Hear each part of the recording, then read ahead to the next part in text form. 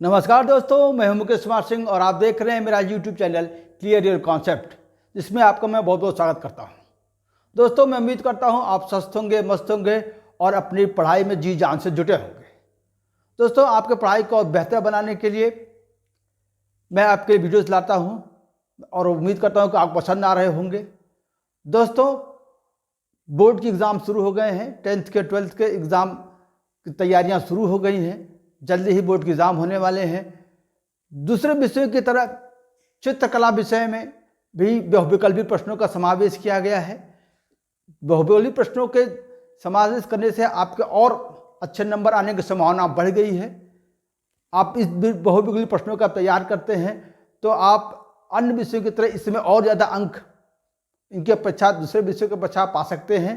इसलिए आपकी तैयारी को और बेहतर करने के लिए मैं आपके लिए चित्रकला पर आधारित प्रश्नोत्तरी लेकर आया हूं और उम्मीद करता हूं आपको बहुत पसंद आएंगे। तो दोस्तों, शुरू करते हैं चित्रकला पर आधारित सीरीज। सबसे पहले रंगों की बात करेंगे। चूंकि कला की बात है तो सबसे पहले रंगों की बात करेंगे। ये पूरा प्रश्नोत्तरी आज रंगों पर आधारित है। आइए आपके साथ साझा करते हैं, शुरू करते हैं ये वीडियो। पहला प्रश्न है, प्राथमिक रंग कौन से होते हैं? दोस्तों, प्राथमिक रंग वे रंग होते हैं जो बिना किसी मिश्रण के प्राप्त होते हैं। किसी भी मिश्रण के द्वारा ये प्राप्त नहीं होते। ये सबसे मूल रंग होते हैं। प्राथमिक रंगों के द्वारा ही अन्य रंग बनाए जाते हैं। तो ये प्राथमिक रंग कौन कौन से होते हैं? लाल, नीला और पीला। प्रकृति में तीन ये मूल रंग हैं। प्राकृतिक रंग है, प्राथमिक रंग है, लाल, नीला और पीला। दूसरा प्रश्न है, द्वितीयक रंग कौन से होते हैं? तो द्वितीयक रंग भी तीन होते हैं, नारंगी, बैंगनी और हरा। तीसरा प्रश्न है, द्वितीयक रंग कैसे प्राप्त करते हैं? अब प्राथमिक रंग या मूल रंग जो हम लाल, नीला, पीला के बारे में हमने जाना, तो द्वितीयक रंग प्राथमिक रंगों को आपस में मिलाने से प्राप्त होता है। द्वितीयक रंग कैसे प्राप्त करते हैं? प्राथमिक रंगों को आपस में मिलाने से द्वितीयक रंग प्राप्त होते हैं। चौथा प्रश्न है, द्वितीयक रंग किन रंगों को आपस में मिलाने से प्राप्त होता है? अब जैसा कि आपने भी पढ़ा प्रश्न नंबर 3 कि द्वितीयक रंग प्राप्त होते हैं प्राथमिक रंगों को आपस में मिलाने से। तो वो कौन कौन से रंग हैं जिन्हें मिलाने से द्वितीयक रंग हमें प्राप्त होते हैं? तो इसे अगर हम देखें तो पीला और लाल को मिलाते हैं तो नारंगी। जैसे आपने यहाँ पढ़ा द्वितीयक रंग कौन कौन से हैं? नारंगी, बैंगनी और हरा। तो पीला और लाल को मिलाने से नारंगी मिलता है। लाल और नीला जो प्राथमिक रंग है उनको मिलाएं तो हमें बैंगनी, द्वितीय रंग बैंगनी मिलता है। नीला और पीला ये दो प्राकृतिक रंग मिलाते हैं, प्राथमिक रंग मिलाते हैं तो हमें द्वितीयक रंग हरा प्राप्त होता है। पांचवा प्रश्न है, गर्म रंग कौन से होते हैं? अब रंगों की अपनी अपनी प्रकृति होती है, अपनी अपनी छटा होती है। तो उनके हिसाब से रंगों को, प्राथमिक और द्वितीयक रंगों को गर्म और ठंडे रंग में बांटा गया है। गर्म रंग कौन से होते हैं? लाल, नारंगी और पीला। क्योंकि इन रंगों की जो छवि होती है वो चटक होती है, दीप्यमान होती है, इसलिए ऐसे रंगों को ये तीव्र होते हैं, इसलिए इन रंगों को गर्म रंग कहते हैं। प्रश्न छठा है, ठंडे रंग कौन से होते हैं? ठंडे रंग में हरा, नीला और बैंगनी ये हमें शीतलता का अनुभव देते हैं। ये नीला रंग इसमें प्रभावी होता है उसके द्वारा, इसलिए ऐसे रंगों को हम ठंडा रंग कहते हैं। तो ठंडा रंग कौन कौन से हैं? हरा, नीला और बैंगनी। प्रश्न नंबर 7 है, उदासीन रंग किन्हें कहते हैं? एक और कैटेगरी है रंगों की, वो है उदासीन रंगों की। तो सफ़ेद, काला, स्लेटी, भूरा ये जो रंग हैं इन्हें उदासीन रंग कहते हैं। अगला प्रश्न देखते हैं, रंग चक्र। अब रंगों के बाद हम रंग चक्र के बारे में पढ़ते हैं। छठी क्लास हम पढ़ते आए हैं। रंग चक्र से हमें क्या पता चलता है? रंग चक्र प्राथमिक, द्वितीयक तथा तृतीयक रंगों के बीच के संबंधों को दर्शाता है।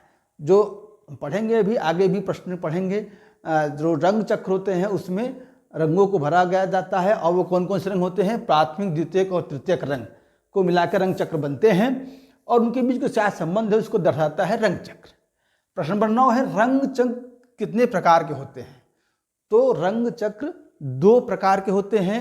पहला है वैज्ञानिक रंग चक्र और दूसरा है ऑस्टवाल्ड या ऑस्टवाल्ड कहते हैं, ओस्टवाल्ड कहते हैं, ओस्टवाल्ड रंग चक्र। 2 प्रकार के रंग चक्र होते हैं। प्रश्न नंबर 10 है वैज्ञानिक रंग चक्र में कितने रंग होते हैं? तो वैज्ञानिक रंग चक्र जो सबसे पहले रंग चक्र बनाया गया उसमें 6 रंग होते हैं। 11वां प्रश्न है ऑस्टवाल्ड रंग चक्र किसने बनाया था? वैज्ञानिक रंग चक्र को ही सुधार करके ऑस्टवाल्ड रंग चक्र बना था और ऑस्टवाल्ड चक्र जो बनाया गया था उसने बनाया था विल्हेम ऑस्टवाल्ड ने बनाया था। ऑस्टवाल्ड रंग चक्र, उन्हीं के नाम पर उस चक्र को ऑस्टवाल्ड या ऑस्टवाल्ड रंग चक्र हम कहते हैं। ऑस्टवाल्ड रंग चक्र में कितने रंग होते हैं? ये बहुत ही महत्वपूर्ण प्रश्न है, अक्सर पूछा जाता है परीक्षाओं में। तो ऑस्टवाल्ड रंग चक्र में 8 रंग होते हैं। प्रश्न नंबर 13वां है ऑस्टवाल्ड रंग चक्र में कौन कौन से रंग होते हैं? अब वो 8 रंग कौन कौन से हैं इसे हम जानेंगे इस प्रश्न के द्वारा। बहुत ही महत्वपूर्ण प्रश्न है, आप इन प्रश्नों को लिख लीजिए, अच्छे से याद कर लीजिए। इन्हीं प्रश्नों में से आपको बहुविकल्पी प्रश्न पढ़ने को मिलेंगे, बनाने को आपको मिलेंगे। मैंने लघुत्तरी अति लघुत्तरी के तौर पर प्रश्नों को लिखा है क्योंकि बहुविकल्पी प्रश्न लिखने के लिए बहुत सारे जगहों की जरूरत पड़ती है और हमारा ध्यान भटकता है।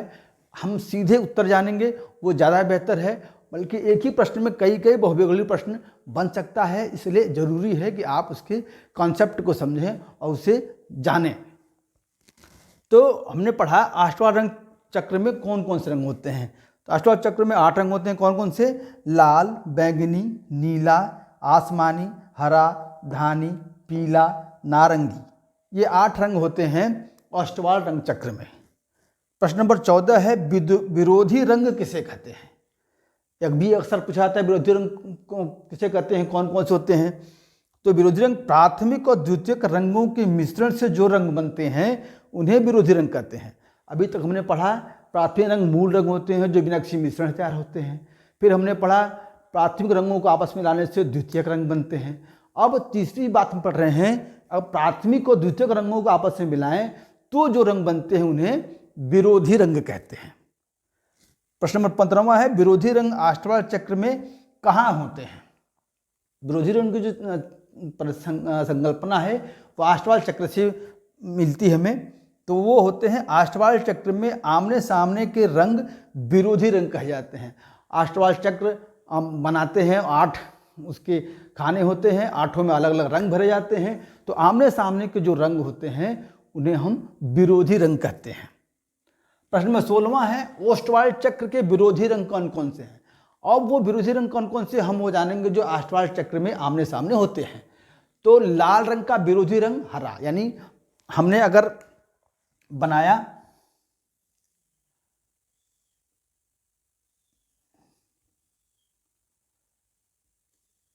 ऐसे, अगर यहाँ हमने लाल भरा तो यहाँ पर होगा हरा, यहाँ पर हरा होगा, यहाँ पे लाल होगा। उसी तरीके से नारंगी के सामने का जो रंग होगा वो आसमानी नीला होगा, पीले के सामने नीला और बैंगनी के सामने धानी रंग होता है। ये 4 जोड़े हैं विरोधी रंगों के। प्रश्न नंबर 17 है टिंट किसे कहते हैं? चित्रकारी समय टिंट का बड़ा इस्तेमाल होता है। टिंट किसी रंग के हल्केपन को टिंट कहते हैं। अगर हम कलर कर रहे हैं उसको और हल्का करते हैं तो वो उस रंग का टिंट कहलाता है। टिंट का निर्माण कैसे होता है? तो किसी रंग में सफ़ेद रंग मिलाने से टिंट का निर्माण होता है। टिंट का निर्माण कैसे होता है? आप कलर कर रहे हैं, कोई रंग लगाया, उसको हल्का करते हैं जब, तो वो टिंट तैयार होता है। तो हल्का कैसे होगा वो कलर? जब उसमें हम सफ़ेद रंग मिलाएंगे। अगला प्रश्न है छाया शेड का निर्माण कैसे होता है? शेडिंग होती है चित्रकारी करते वक्त, रंग भरते वक्त। तो किसी रंग में काला रंग मिलाने से शेड तैयार होता है। अगर हम सफ़ेद रंग मिलाते हैं तो टिंट तैयार होता है, और किसी रंग में अगर हम काला रंग मिलाएं तो शेड तैयार होता है। अब एक रंगों की बात, अब पेंसिलों की बात हम करते हैं। पेंसिलें कितने प्रकार की होती हैं? पेंसिल जिससे हम कलाकृति अपने पन्ने पर चित्र बनाते हैं, तो ऐसी पेंसिलें 5 प्रकार की होती हैं। कैसे? ग्रेफाइट पेंसिलें, कार्बन पेंसिल, चारकोल पेंसिल, रंगीन पेंसिल और मैकेनिकल पेंसिल, 5 प्रकार की पेंसिलें होती हैं। हालांकि ज़्यादातर सामान्यतया हम ग्रेफाइट पेंसिलों का इस्तेमाल करते हैं।